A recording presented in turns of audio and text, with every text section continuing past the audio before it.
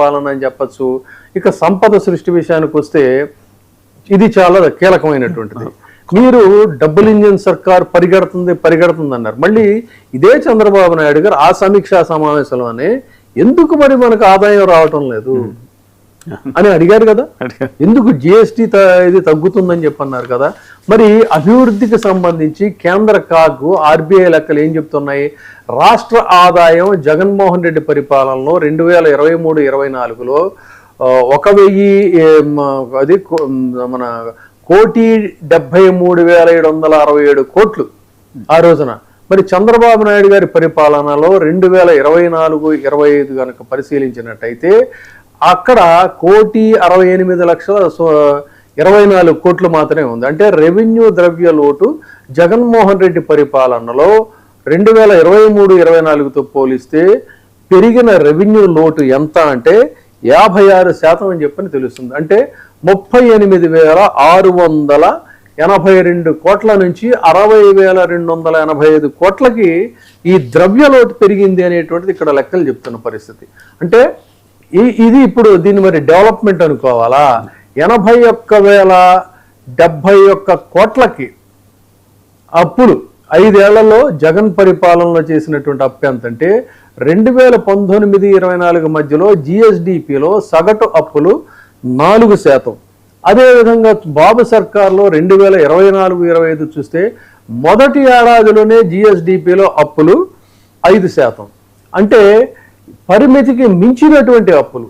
మరి బాబు గారి పాలనలో 29,999 కోట్లు, ఇప్పుడు ఆయన పాలనలో 17,953 కోట్లు. అంటే 2 ఏళ్లు కరోనా ఉన్న సమయంలో కూడా జగన్మోహన్ రెడ్డి పరిపాలనలో చాలాసార్లు చెప్పారు, మనం కూడా దీని గురించి డిస్కస్ చేసాం, తక్కువగా అప్పులు చేశారు. అంటే 12,708 కోట్లు మాత్రమే చేశారు. కానీ 5 ఏళ్లలో ఓవరాల్గా జగన్మోహన్ రెడ్డి చేసిన అప్పు ఎంత అంటే 3,031 లక్షల కోట్లు.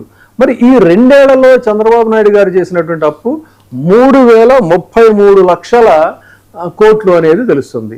అంటే పారిశ్రామిక వృద్ధిలో జగన్మోహన్ రెడ్డి పరిపాలనలో సౌత్ ఇండియాలోనే ఏపీ 8వ స్థానంలో ఉంటే మొత్తం విధ్వంస పాలన, మొత్తం అసలు ఏమీ లేదు, అభివృద్ధి లేదు, పాడలేదు అని చెప్పారు. మరి ఏపీ ఇప్పుడు దేశంలో ఎక్కడుంది, దీని ప్లేస్ ఎక్కడ అంటే 5వ స్థానంలో ఉంది. ఇది గమనించాలి. సో ఇది reserve bank of India RBI December 24, 2024లో చెప్పినటువంటి మాట ఇది. కాబట్టి ఇది దీనికి సంబంధించింది. అంటే మరి ఇప్పుడు చెప్పండి, దీనిని బట్టి పరిపాలన డబుల్ ఇంజిన్ సర్కార్లో పరిగెడుతుందని చెప్పాలా? కాదు అన్నట్లయితే పరిపాలన కుంటుపడిపోయింది, అస్తవ్యస్తంగా ఉంది. అంటే మోరోవర్ అసలు సమీక్షా సమావేశాలకి మంత్రులు డొమ్మా కొడుతున్నటువంటి పరిస్థితుల్లో వాళ్ళకు మార్కులు వేసి హెచ్చరిస్తున్నా కూడా మన